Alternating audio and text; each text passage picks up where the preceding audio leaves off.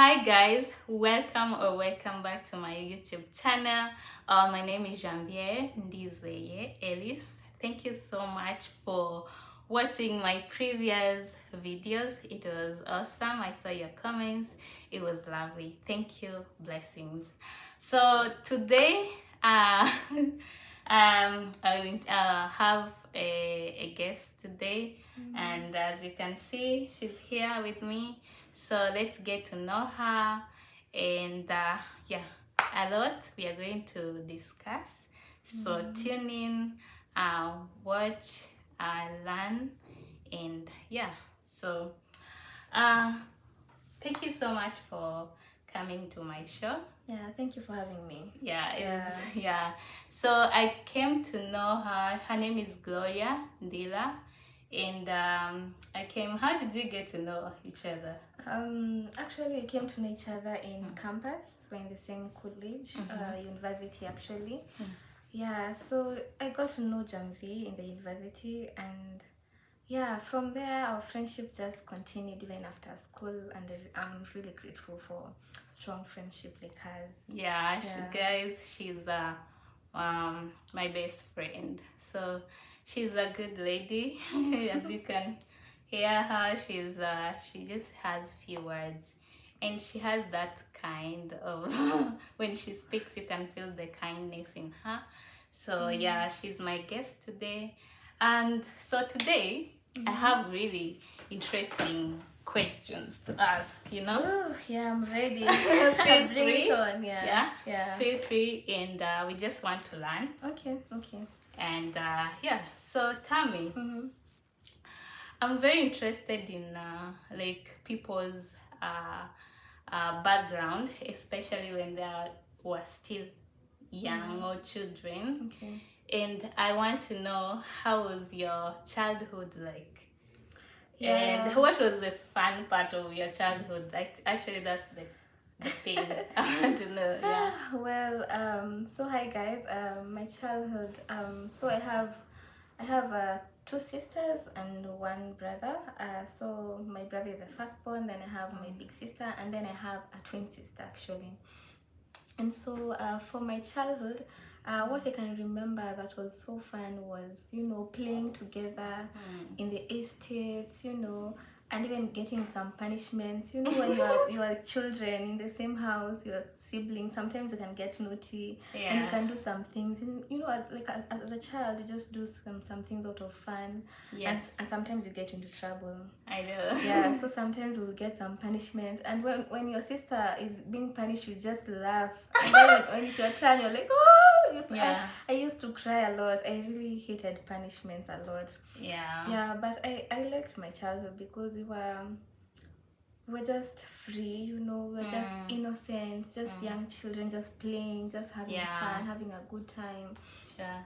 And yeah, and I was brought up in a good place, good environment. I can say it was safe, secure. We could go out and play with other children. We had games like Kati, Raunda. It was so fun, guys. Yeah. And we actually used to play even with boys.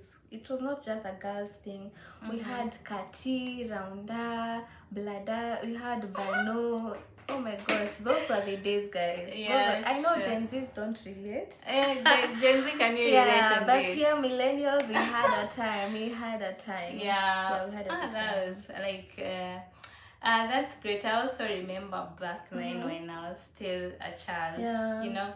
You're not afraid of like playing with the boys. Yeah. Actually, for me, I used to like remove my top. Hey. And we do play like like yeah, the hey, soccer, that's I mean interesting. football, It was Yeah. very interesting, and there was nothing like those things you think in your mind, oh, this is a boy. Oh yeah. No, I'm not allowed to play with the girls are not allowed to play with boys. I think in the village, because that's where I was brought up. Okay. So I feel like in the village is something else, There's not this like when you're teenagers and you're afraid of you sitting become next shy. to yeah. You just want to sit girls alone. Girls and alone, boys. boys Oh alone. gosh, yeah. It was easy back then. Yeah, it was easy. And Yeah. then I also remember like when those days. Okay, when I moved now to town, it was different, you know. Even like games changed. Oh yeah, for for me, sure, yeah. for sure. Yeah, so mostly I was just, because I think I was very new to people, or Yeah. I was a bit shy, so I was just watching more. But later we started like hanging over, going to eat chips. You know those chips? Yeah, chips me too. Ile chips ya mwitu. Yeah, Gosh, ilikuanga 5 bob. Yeah, right now hakuna chipo ya 5 You collect a lot of 10 bobs. 10 bobs. Yeah, change, yeah. Yeah, those ones, And then you know, on Saturdays when you don't go to school, unaenda unanunuanga, kwanza kulikuwa na mahindi ya 5 bob. Gosh. There was mandazis for 5 shillings. Yeah. There was chips. Yeah, ice. For 5. Ice ya 1 bob. Sijui kama ulizipata. Ukua juu zile za colors. I know. There was purple, there was green, there's yellow, there was red. There was also like this one that it was like ice water. Ice water? What are you saying? Just that's colorless. Oh, okay. Did it had taste? It did have taste. It's like a milky. I felt like it was mkwaju. You know mkwaju? But mkwaju is brown. Come on, it's not colorless. Anyway, how mkwaju was white, guys? Mine was brown. I don't know. But I felt like it was, I don't know. But anyway. So hizo zilikuwa zina slap man. Oh gosh, wacha tu. Kwanza naijua ya January. Yeah, it was really fun. Yeah, for sure. So for you, were you brought up were you born and raised in town, or born and raised in the village, or how was it? Okay, so guys, for me, I was born in, can I say village? Yeah, it was a village. I was born in Embu, so I think it's a village, yeah. Yeah, then until like around 3 years old, then we came to Nairobi. So I can say I was born in the village but brought up in town.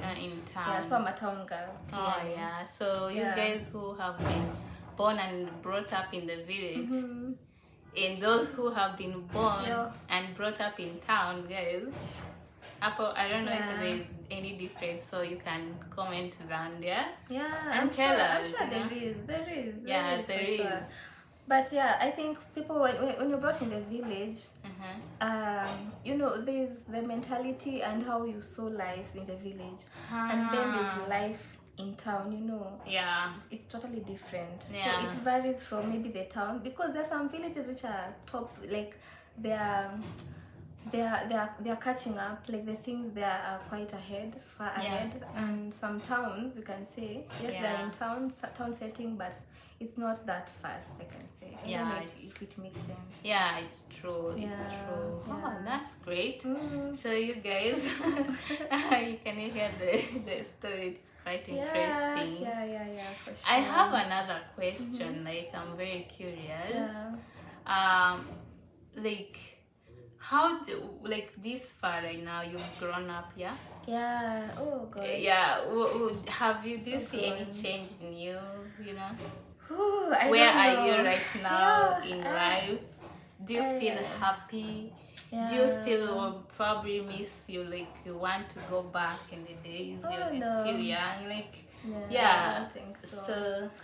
So for me, what I can say is, of course, there's that stage of being a child, growing up. You know, there's that fun of there's not much responsibilities. You are free. Yeah. You just had to think about school and just playing with friends. There was nothing much about it. Yeah. But I like being a grown-up, because when you grow up, like for now, I can say, like, you get to know yourself. You know, when you're young, it's being told do this, do that, which is not wrong. Right now you're independent. Yeah, right now you're independent. You're the one who will tell yourself, I need to be here, I need to do this. Okay, this I can't do. You know, put the boundaries and all that. So for me, I can say, You know, I can't say that I miss my past. You know, the past is in the past. Me, I'm looking for forward to the future. Oh, really? Yeah. So you don't sit I'm like, excited. oh, I wanna be, responsibilities a lot. I want to go back and be a child. Guys, Like, to be honest, adulting is not easy. It's not. It's the ghetto. yeah, because for me, I feel like sometimes I miss those days. I was like, you know, I had a lot to think about, like responsibilities, paying bills here and there. So like, whew. But anyway, guys, I love where I am right now. It's part of growing up. What can we say? Sure. It's part of growing up, and that's the beauty of growing from childhood, you know, to becoming an adult. Yes. And I think you get to have friends and friendships which are very strong. Can you say, like, do you have a childhood friend that is still they're still there for you until today? Yeah, like you talk constantly, like there's a tight friendship. No.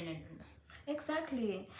So when you grow, you get more meaningful people. You know, you get to choose people who you see they have value spiritually. You know, they grow you in terms of reasoning, in terms of maybe even book-wise or reading. Yeah, you know, true. They just bring some value to your life. When you're a child, there's nothing much about friendship. It's good because it's for that stage. But now when you grow up, things become more intentional. Things change. You meet different people in life.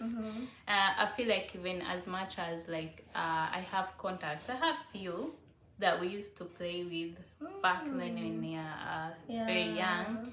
But I feel like there's not that connection. It's just saying hi, and that's it. You don't even know what to ask the person because you know it's been long. Life has moved on. Life has moved on. People have moved on. Yeah, true. You know, others have given birth, and you know they have a lot of other things to concentrate in. And, you know, you also moved your own life, or maybe you gave birth at those. You know, things are different. In family, some are single. You know, people are in different stages of life, and that's part of life. Yeah, it's part of life. Oh, that's great. Yeah, for sure. And so there's one also like a very. I want to really ask the question is there like a testimony that you want to share with people?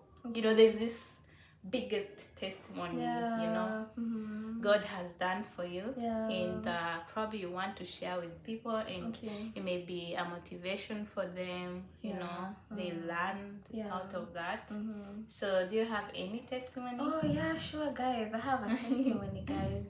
I mean, even being alive is a testimony. I mean, sure, true. But okay, for me, what I can say is, you know, even as we started the year, I was reflecting of, you know, the previous year, that's 2024, and I was actually thinking of the growth. You know, sometimes you might say like you've not achieved much, depending on where you are in life.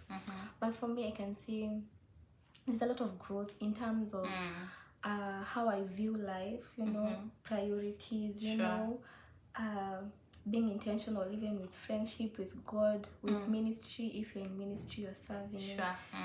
So for me, I can say what I've learned is that my walk with God, that's a very big testimony. Because I don't view God the way I was viewing God when I was young, maybe in high school or primary. I've come to understand God in a more deeper level, and He has also been so faithful and true to just show me like there's nothing hard. Like approaching God is very simple. It's just coming as you are, and you know, just being yourself, you know. And God He knows we are not perfect, that we have flaws, and He takes us just as we are, and we are a progress, you know. We are being made by God, you know, the way God purifies, the way you're told, like for gold to be gold, there's a process it takes, and it has to be refined for it to become gold, and for it to attract people. It's a process. It's not something easy. So for me, my testimony is I know I'm in the process of the making, and I know God is doing a big work in my life. Maybe people might not see it, or maybe even me, I used to doubt. I was like, what is happening? You know? what is really happening, but I can see the growth inside me, how I view life, how I talk, how I communicate with people around me, how I relate even with my siblings, with my friends. There's a lot of growth, and I know it's just the making of God, and just awaiting to, you know, the big purpose, because Yes. even the word of God says, for I know the plans I have for you, says the Lord, plans to give you a hope and a future. And for me, I know there's a future and there's Sure. a hope for those who wait on God. So for Yeah. me, my testimony is God has been good to me. God has been faithful, has kept me all these years, even keeping our friendship. I'm really grateful for God. He's a good God. He's a good God, guys. Yeah, so part of what you've talked about is about having a relationship with God. Yeah. How is it, like, someone who wants to build that relationship with God, like, how does it start, you know? Somebody out here may want to know, like, how can they also, like, have a relationship or build a relationship with God? How does it start, you know?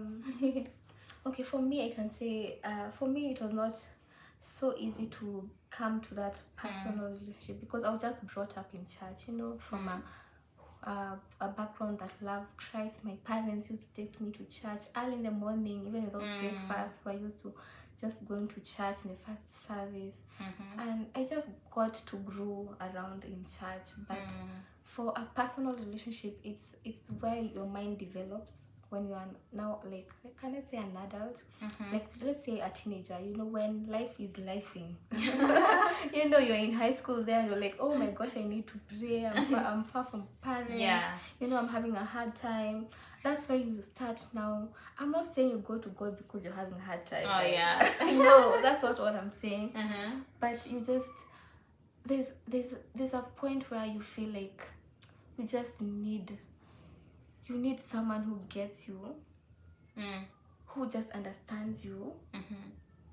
I don't know how to put it, but there's you know, we were made to love God. We were made to worship God. We were made for fellowship, and for, I believe, in every human being there's that urge of just loving God, serving God, or just having a fellowship, you know, going on here, just speaking to God.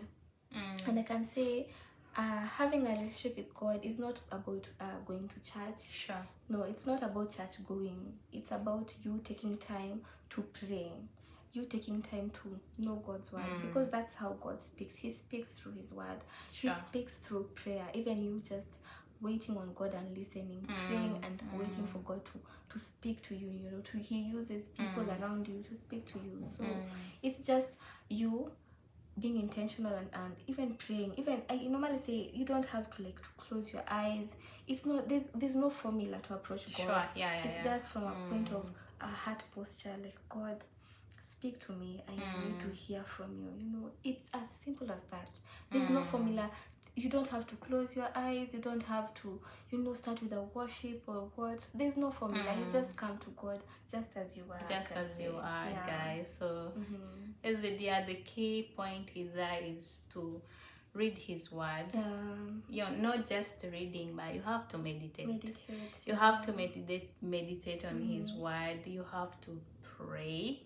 You know, in those areas, you just have to, you know, you pour out. You just become humble, and the rest will come. You grow into that, and so you'll be like, wow, you know, right now in life where I am, you will say, I have a relationship, personal relationship with God.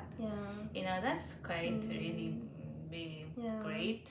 And I think people out there, and they are learning, and you guys start practicing. You know, you don't have to be perfect. No.